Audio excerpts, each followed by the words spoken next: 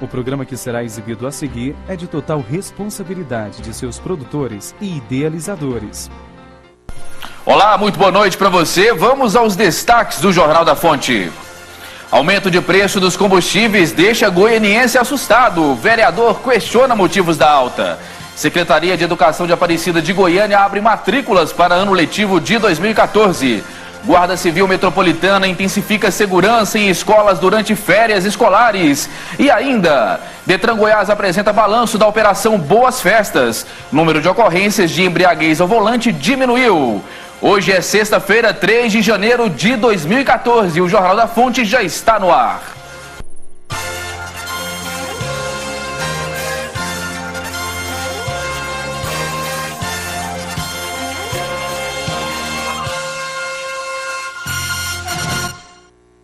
Guarda Civil Metropolitana intensifica segurança das escolas nas férias. O objetivo é evitar furtos e atos de vandalismo.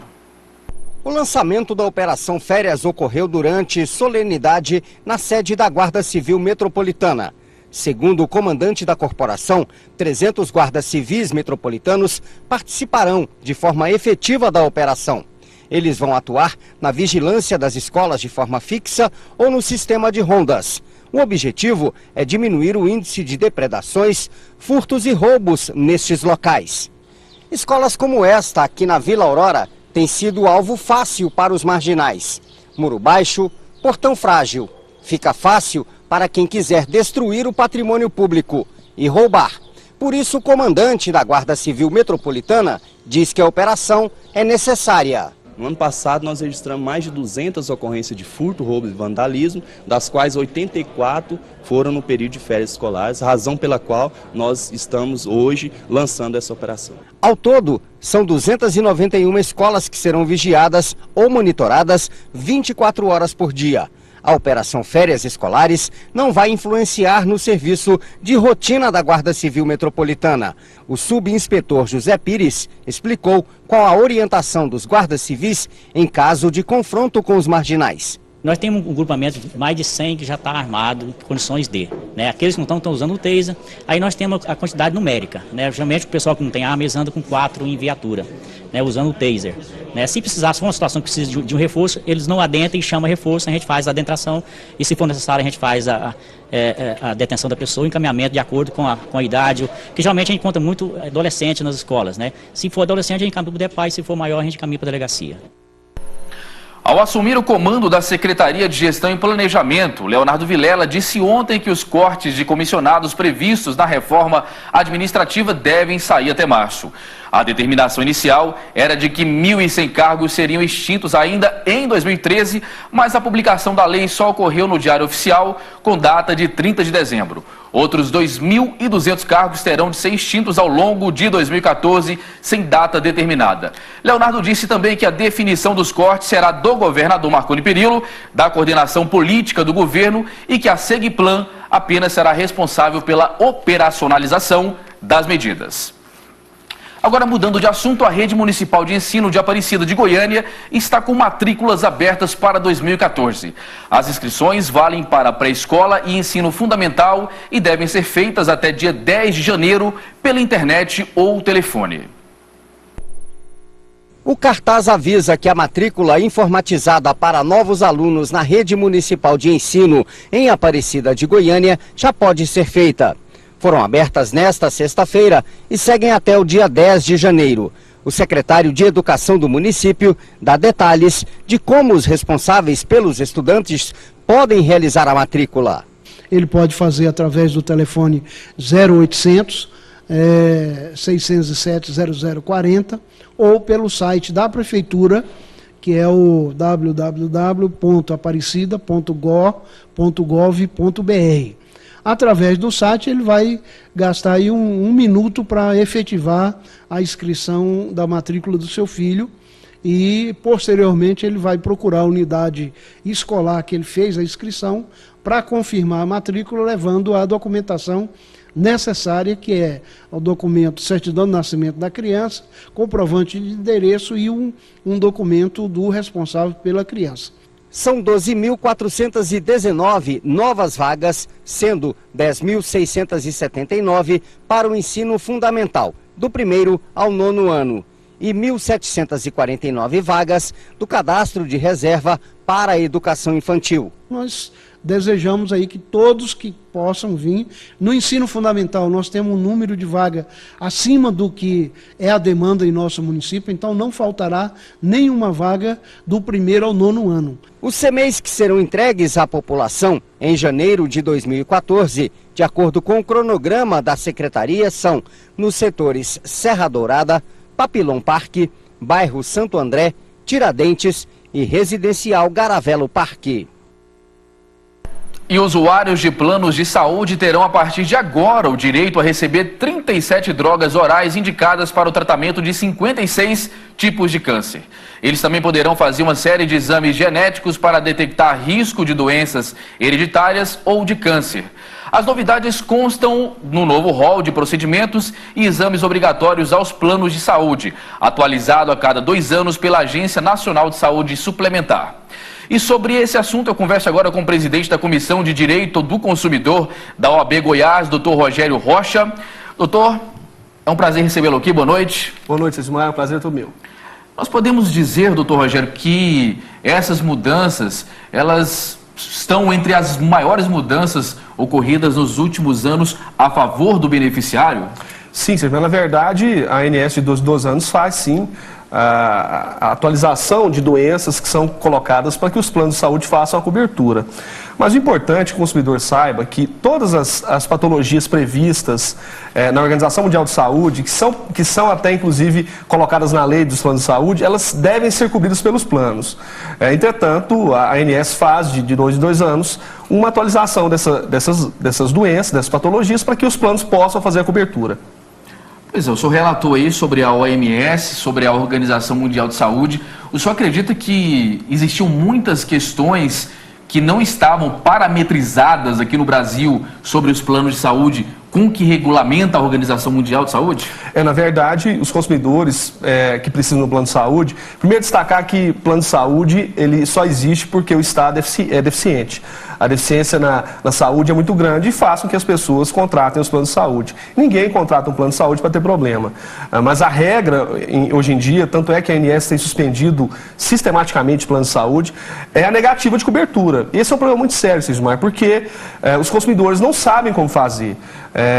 Existem vários e vários tipos de exames, de procedimentos, de cirurgias que os planos são obrigados a cobrir e não o fazem por uma deliberação deles próprios. Os consumidores ficam prejudicados e muitas vezes não sabem como proceder. Nesses casos, o indicado é que o consumidor primeiro faça a requisição administrativa para que o plano de saúde faça a cobertura daquele determinado procedimento. Se o plano de saúde fornecer uma negativa, ele pode fazer a reclamação na Agência Nacional, na ANS, e, em último caso, procurar o Judiciário, que o Judiciário tem sido bem atento a essas questões e tem decidido, sim, com respeito, o que o consumidor precisa e merece nessa relação de consumo. Agora, doutor Rogério, o que o senhor pode citar ao nosso telespectador de mais positivo, os pontos mais positivos com essas mudanças? Olha, dentre as mudanças previstas e que entram em vigor hoje mesmo... Tem que começar a partir de hoje. Na verdade, dia 2 foi ontem. Foi ontem, né? Então, a partir de ontem, já não é para ninguém ter problema com Exatamente. Isso. Agora, a legislação falhou um pouco ao não prever como, por exemplo, aquele portador de câncer vai receber o medicamento que agora pode ser entregue, aquele medicamento via oral, que pode ser entregue em sua casa, ou pode, então, ser pego no plano de saúde ou alguma farmácia cadastrada. A legislação não trouxe especificamente como deve ser feito esse procedimento. Já temos uma brecha então, doutor? Não, caberá sim ao plano decidir como vai ser entregue esse medicamento, que é um avanço sim, Cismar. É um avanço com relação a isso? O plano decidir? Não é um avanço. Não, isso é uma falha, não é? Falha. O avanço é entregar o medicamento para que a pessoa possa utilizar sem precisar ir ao hospital, né? Toda vez fazer essa utilização no hospital. portador da doença não consegue sair de casa, né, Segismar? Haverá também de se ter um bom senso e saber como é que serão feitas essas entregas para alguma pessoa que seja autorizada a receber medicamento, coisas nesse sentido. A legislação avança sim, mas ela avança a parte de tartaruga, ao passo em que os planos de saúde fornecem um serviço que não representa de forma clara a contraprestação que o consumidor tem com eles, que é de pagar mensalmente, religiosamente em dia as parcelas. Os planos precisam sim ser mais humanizados para que o consumidor que passa por um problema de saúde não tenha no plano mais um problema. Realmente a gente nota no dia a dia muitas pessoas reclamando muito de planos de saúde. Agora, são muitos benefícios, pelo menos no papel, no que se diz respeito ao ponto de vista jurídico. O senhor, por toda a sua experiência como jurista, doutor Rogério, o senhor acredita que os planos de saúde vão levar em consideração, ao pé da letra, tudo que foi colocado pela ANS? Ou, como o senhor disse, algumas brechas podem fazer com que o beneficiário seja prejudicado? Olha, eu quero acreditar que sim, que eles vão cumprir a legislação, eles têm que cumprir a legislação, a lei tem que se cumprir. Na verdade, existe sim uma sistemática negativa de cobertura para vários tipos de procedimentos em que os planos não se propõem a resolver o problema até que o consumidor procure o judiciário. E é bom para o consumidor saber que, se houver essa negativa, a lei dos planos de saúde estabelece que todas as patologias têm que ser cobertas pelo plano de saúde. Todas elas. Então, se houver a negativa do plano, o consumidor pode procurar o judiciário. E ele deve fazê-lo como? Procurando um advogado especialista na área, para que ele represente o seu pleito no judiciário e consiga, sim, fazer com que o plano de saúde cumpra o contrato e cumpra a legislação que defende os direitos do consumidor. Muito bem, nós conversamos com o advogado Rogério Rocha, ele que é presidente da Comissão de Direito do Consumidor da OAB Goiás, está sempre conosco aqui no Jornal da Fonte para esclarecer essas questões que diz respeito a você, consumidor e nosso querido espectador. Doutor Rogério, muito obrigado pela sua primeira participação em 2014, te esperamos uma próxima oportunidade. Segismar, eu agradeço, em nome da OAB, agradeço a oportunidade, me coloco à disposição, desejo a todos um feliz 2014. E veja a seguir, vereador avalia atividades de 2013 na Câmara e aponta caminhos para trabalhos legislativos em 2014, ano eleitoral. Continue conosco, nós voltamos já já.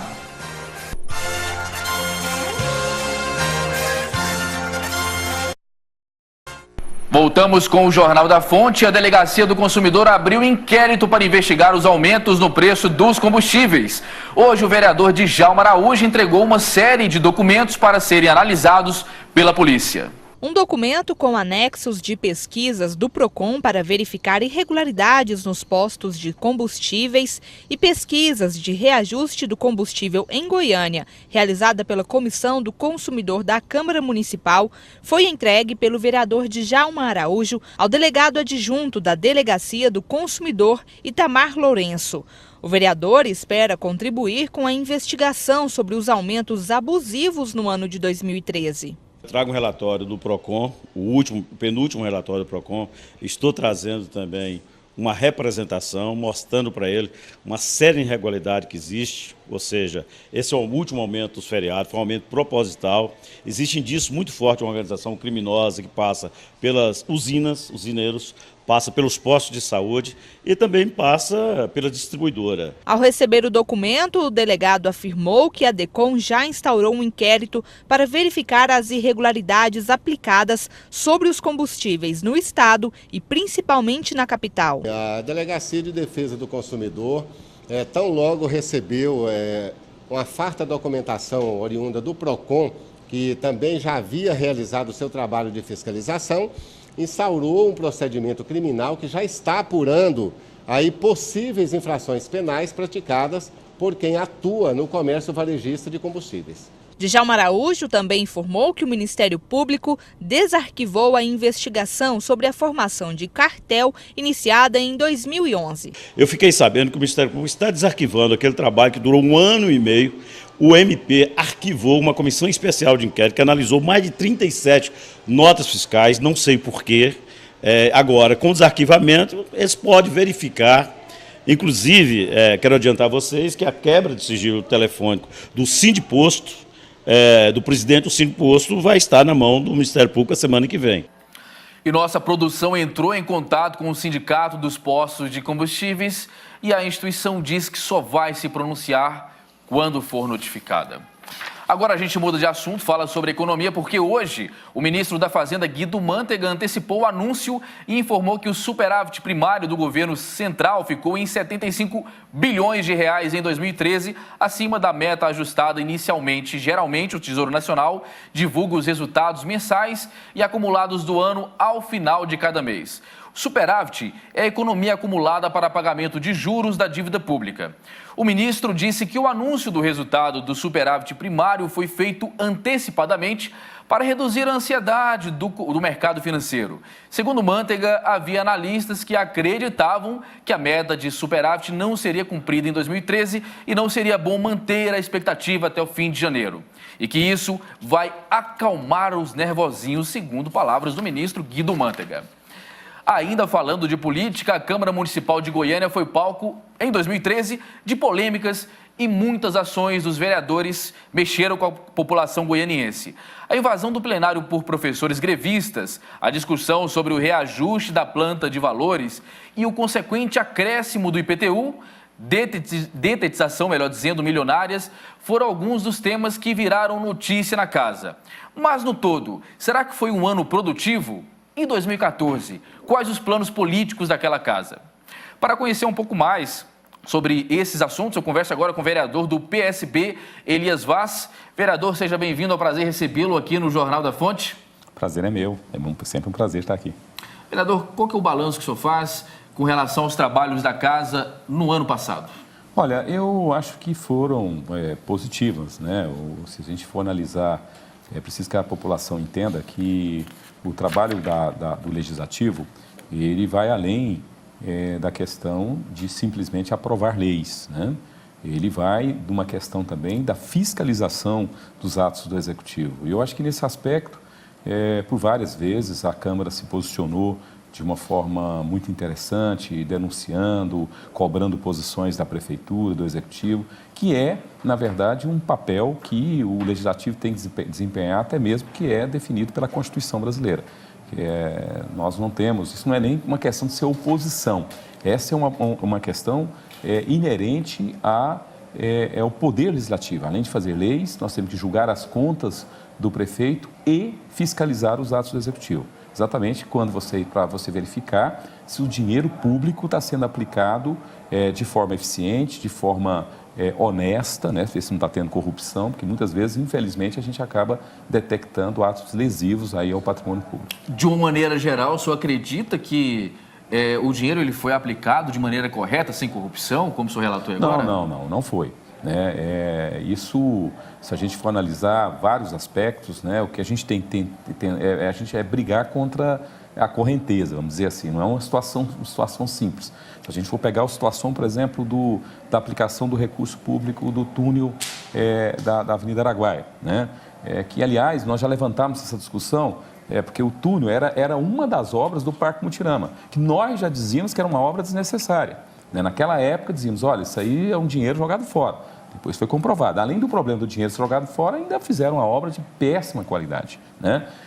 Situações que a gente vem detectando, por exemplo, com a má aplicação do recurso público, porque a Prefeitura ela paga mal os seus servidores, mas tem um grupinho lá dentro de privilegiados, estes, né, estavam ganhando até 30 mil reais, 25, 27, 30 mil reais, quando o salário deles devia ser 1.500, 1.600, 1.700. Eles conseguiam uma mágica lá, né, que era bom que o povo brasileiro tivesse essa receita. Né? Ganhava mais que o vereador? Não, ganhava mais que o prefeito, né? Ganhava muito mais, chegava a ganhar 3 vezes mais do que o vereador. Aliás, né, teve uma situação que chegou a ganhar até 8 vezes mais. Teve um funcionário da Comur que no mês ganhou 80 mil reais. Então, isso não tem cabimento, isso, né?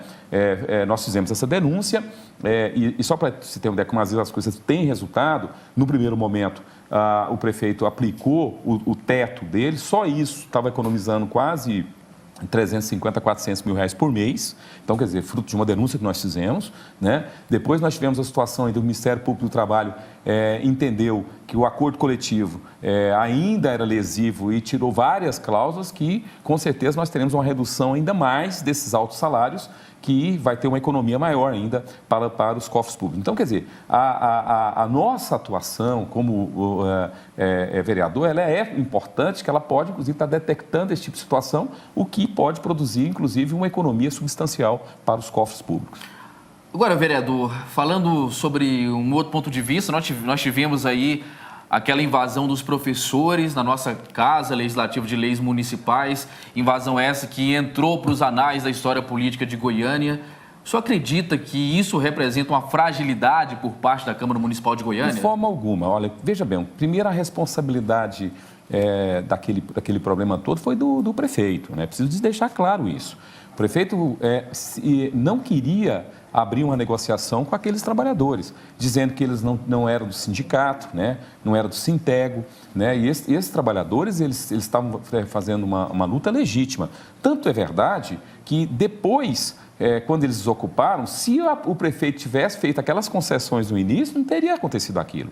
Então, o que faltou aí foi um diálogo, foi um respeito a essa categoria tão importante, porque todo mundo fala que a educação é prioridade. Só que na hora de valorizar o profissional da educação, aí todo mundo, parece que quem está no poder, esquece dessa situação de dizer que a educação é prioridade. Se é prioridade, nós temos que valorizar, quer dizer, o principal da educação, que é o profissional da educação, né? Quer dizer, eu não conheço nenhum país no mundo que tem uma educação boa, que o profissional da educação não é valorizado. Então, a primeira coisa que nós temos que fazer é isso. Então, aquela luta dos trabalhadores, na minha opinião, foi uma luta legítima, né? E que, às vezes, a gente pegar apenas um momento da ocupação, é muito fácil falar assim, fizeram uma coisa mais ousada, mais agressiva, mas, a minha opinião, assim, eu sempre recorro a um poema do Bertolt Brecht, né? Que falava assim, de um rio que tudo arrasta, se diz violento, mas não se diz violento das margens que o oprime. Então, acho que a prefeitura estava oprimindo os professores, que não queria negociar e na verdade, provocou aquela situação. Depois, quando abriu o diálogo, se resolveu tudo de forma pacífica, como aconteceu de fato. Estamos em ano de eleição, vereador Elias Vaz. Quais são os seus planos para esse ano? As suas pretensões eleitorais? Bom, primeiro, eu continuo como vereador e quero continuar na minha ação de defender os interesses da cidade, né, contra a especulação imobiliária, que toda hora nós estamos vendo Goiânia sendo vítima de ataques daqueles que só pensam em ganhar dinheiro, que não pensam na cidade, né? Seja na hora de, como foi a revisão do plano diretor, seja agora a questão da venda de áreas públicas. Então, são questões que nós estamos atentos para estar defendendo os interesses da sociedade e fiscalizando, acima de tudo, a aplicação do dinheiro público, né? Agora, este ano, nós estamos, eu tenho uma predisposição, mas ainda é uma discussão que nós vamos fazer. Você está de partido novo, né? Estamos no PSB. Há uma possibilidade de a gente sair candidato a deputado estadual, mas é uma possibilidade que nós estamos ainda discutindo. Agora, já que falamos sobre o seu partido novo, eu queria saber o que o senhor achou da aproximação do seu partido, né? Do PSDB a do PSDB a Eduardo Campos, de uma maneira geral. O que o senhor achou? Não, veja bem, o que existe, primeiro eu sou da Rede de Sustentabilidade que está no PSB. Mas nesse momento o senhor é PSB, eu estou né? no PSB.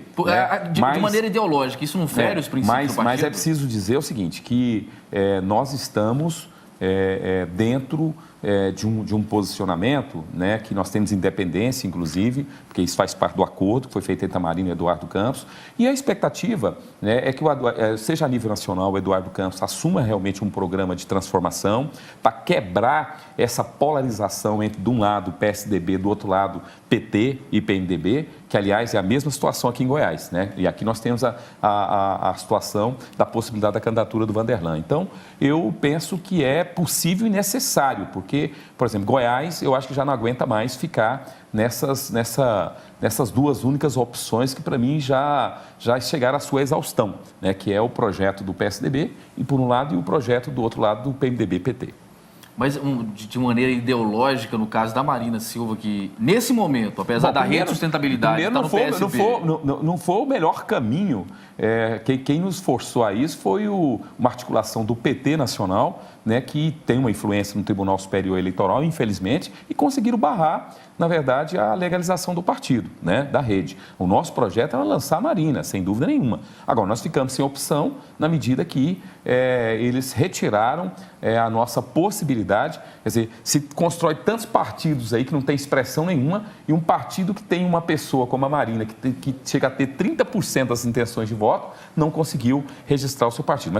Mas essa é a contradição. É exatamente por isso é que não conseguiu, né? Porque quando foi, por exemplo, a construção do PSD, do Kassab, como era interesse do governo da Dilma, tinha um monte de dificuldade, mas eles conseguiram sanar todas porque fazia parte do interesse do governo. Então, quando era interesse do governo, pôde organizar o partido. Quando não, aí criaram-se muitos obstáculos exatamente para tentar impedir a candidatura de Marina Silva.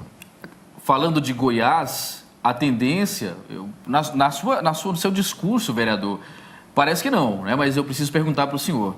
A tendência seria seguir o partido a nível nacional, já que o PSB está apoiando o PSDB, ou aqui em Goiás isso é completamente inviável? Mas o PSB não vai apoiar o PSDB. Não, mas tem uma proximidade... A única discussão que existia era em São Paulo, né? E a Marina disse, a Rede de Sustentabilidade já disse, se for o pessoal que filiou ao PSB não vai apoiar, mas parece que está prevalecendo a posição de lançamento de candidatura própria, inclusive da Erundina.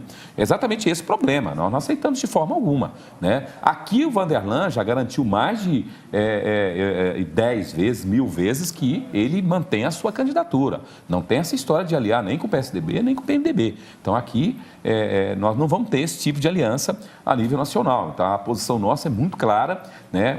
Nós da Rede de Sustentabilidade que estamos dentro do PSB não apoiaremos nenhuma candidatura a nível nacional. Mesmo o Vanderlan não sair aqui em Goiás, vocês vão ficar neutros? Como é que ficaria? Primeiro que o Vanderlan deve sair, né? Ele nos garante que sai. Se não, eu acho que o próprio Eduardo Campos vai querer que o PSB tenha candidato aqui, mas eu não acredito. O Vanderlan é candidatíssimo, eu já tive com ele várias vezes e ele confirma isso, então eu não tenho por que pensar que ele não seria candidato. Muito bem, nós conversamos com o vereador Elias Vaz, falando sobre política, fazendo um balanço sobre o ano eleitoral de 2014, sobre o ano de 2013. Vereador, obrigado por estar conosco. Então, boa noite. Boa noite, foi sempre um prazer estar aqui com vocês. E o Detran faz um balanço positivo da Operação Férias. Balada responsável realizada em dezembro que abordou 23.610 pessoas. Desse total, 14.750 foram abordadas pelas equipes de educação para o trânsito e 8.311 pelas equipes de fiscalização. As ações foram desenvolvidas nos municípios de Pirenópolis, Caldas Novas e região metropolitana de Goiânia. Durante o período, educadores de trânsito percorreram os locais de grande circulação de pessoas, como bares, restaurantes, estabelecimentos comerciais, hotéis, pousadas, clubes e outros, sensibilizando condutores e pedestres para a necessidade de construção de um trânsito melhor. Eles também distribuíram porta-documentos e panfletos. As ações educativas foram levadas aos municípios junto com as blitz, que apesar de terem foco na lei seca, observam todas as questões inerentes à legislação de trânsito e à segurança pública. E nós ficamos por aqui, o Jornal da Fonte volta amanhã. Na sequência você fica com o programa Na Marca do Pênalti. O melhor dessa noite para você e até lá.